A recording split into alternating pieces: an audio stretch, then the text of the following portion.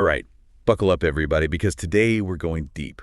We're diving headfirst into the ideas of Jiddu Krishnamurti, Oh, yeah. a 20th century philosopher who, well, let's just say he wasn't afraid to challenge the status quo when it came to, understanding ourselves. Definitely not afraid. We've got some excerpts from one of his talks, and trust me, this stuff is potent. It's really going to make you think. It really is. Yeah. So, for anyone just tuning in, Krishnamurti was this incredibly influential speaker and writer, and he kind of turned traditional spiritual and psychological thinking on its head. Yeah, he wasn't about just following dogma. Right. He was all about direct self-knowledge, like figuring out who you are, not based on what someone else tells you, but through your own direct experience. Absolutely. And that leads us to one of the most radical ideas in this material.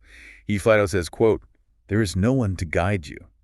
Whoa. Yeah, no guides, no gurus, no outsourcing your self-discovery. Right. So that's what we're going to unpack today. What did he mean by that?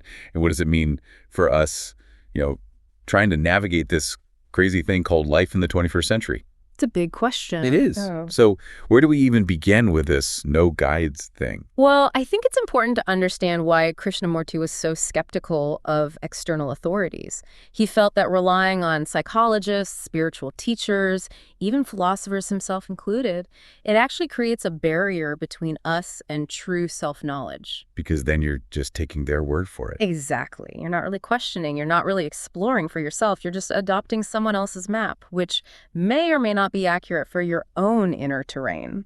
So it's like, forget the gurus, forget the self-help books, forget the podcasts even. Well, maybe not this one. Okay, maybe not this one.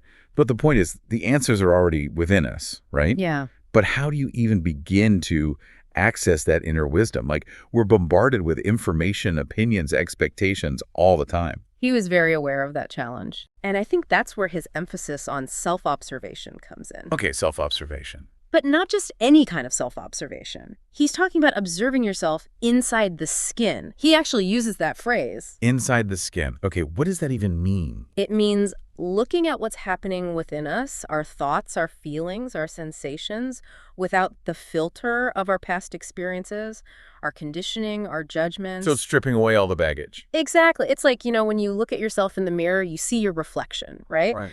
But what Krishnamurti is saying is that the reflection we usually see is distorted. It's colored by all the stuff we've accumulated over the years. Our beliefs, our assumptions, our fears. It's like we're looking through colored glasses. Yeah, that's a great analogy. And those glasses, they prevent us from seeing ourselves clearly. So how do we take off the glasses, so to speak? Well, that's where the practice comes in. He talks about the importance of present moment awareness. Being in the now, right? Exactly. Because most of the time, our minds are somewhere else. We're either dwelling on the past or worrying about the future. Oh, yeah, I'm guilty of that. And when we're caught up in that mental time travel, we're not really seeing ourselves as we are in this moment. We're not actually present. Right. So the key is to start paying attention, to notice the thoughts, the feelings, the sensations that are arising right now without judging them, without trying to change them, just observing them. So it's like, if I'm feeling stressed, instead of immediately going into, oh no, why am I stressed? What do I need to do to fix this? It's more like, okay, I'm noticing that I'm feeling stressed. Interesting. Exactly. Just acknowledging it without getting swept away by the story. And the more you do that, the more you become aware of those patterns, those habitual ways of thinking and reacting. And then you have a choice. Right, you're not just on autopilot anymore. Exactly. And that's where the real freedom lies. So it's not about achieving some kind of perfect state of enlightenment. No, it's an ongoing process. It's about showing up every day and doing the work. Yeah, it's about paying attention, being curious, being willing to see ourselves as we truly are, even the parts we might not like. And sometimes those insights come in the most unexpected ways, right? Like, I'm sure there have been times when you've caught yourself reacting to something in a way that surprised you. Oh, absolutely. And those moments can be really illuminating. Yeah, like, whoa, where did that come from? Yeah, and Krishnamurti would say that those are glimpses of our true nature unfolding. Okay, so it's not about finding some fixed, unchanging self, but rather this continuous process of discovery. Right. It's like peeling back the layers of an onion.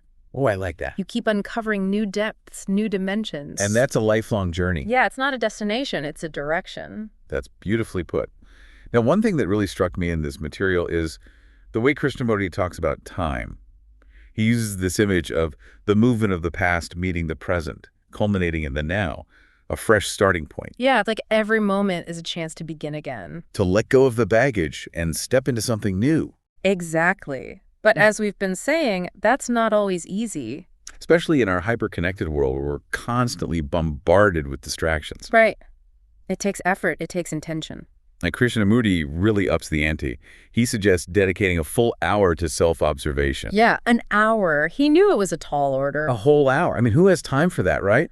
But he also said that even a few minutes a day can make a difference. So it's not about being perfect. It's about making an effort. It's about setting aside some time, even if it's just 15 minutes, to just be with yourself, to observe, to listen, to learn. So here's the challenge for everyone listening.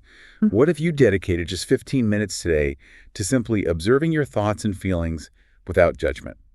What might you discover about yourself, about your inner world that you didn't know before? It's worth a try. It really is.